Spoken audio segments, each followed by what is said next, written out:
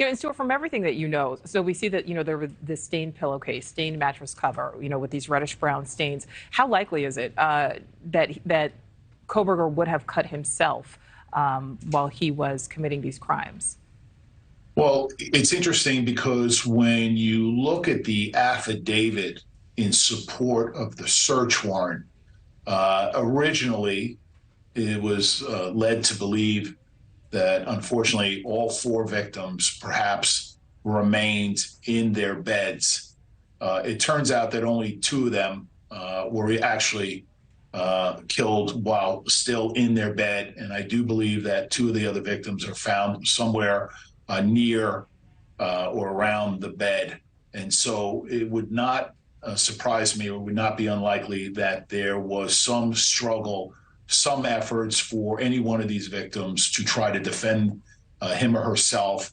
And in doing so, it is quite likely, and in fact, that the sheath, meaning the holster that would have held the knife, given the fact that it's now more consistent with a panic setting in where this individual realized that he needed to get out of there. And that ultimately may have been the reason why he did not continue, and thankfully so, try to target the two remaining roommates. That is why he may have left in a haste, because to some extent there was an attempt to disarm him or save themselves. And obviously, I think it's possible that he was cut in the incident itself.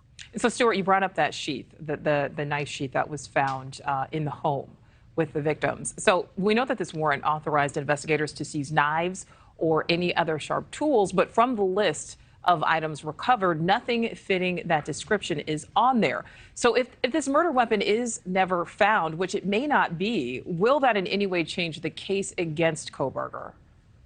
No, quite frankly, I think the fact that they got a positive DNA hit on the sheath itself, which apparently has been linked back to Brian Kohberger, I think in and of itself, just that standing alone, I think clearly puts him inside the house, and certainly inside at least one of the bedrooms. So I think that in and of itself is going to be an impossible hurdle for him to overcome. I think the fact that the autopsy in the coroner was able to identify that the knife that was used had a jagged edge, I think law enforcement knew exactly the type of knife that they were looking for.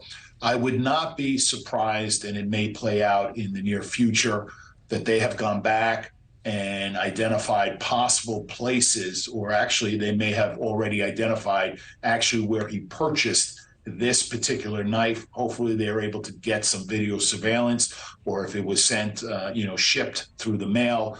But I think eventually law enforcement will be able to connect that dot as well. And so the absence of the actual knife itself, while it would be great to have, I don't think in any way it's going to have any consequences to the outcome of this case, which I think certainly is going to lead to his being convicted of these crimes. Yeah, certainly such brutal crimes. All right. Thank you for watching. Go to newsnationnow.com to find NewsNation on your television provider. And don't forget to click the red subscribe button below to get more of NewsNation's fact-driven, unbiased coverage.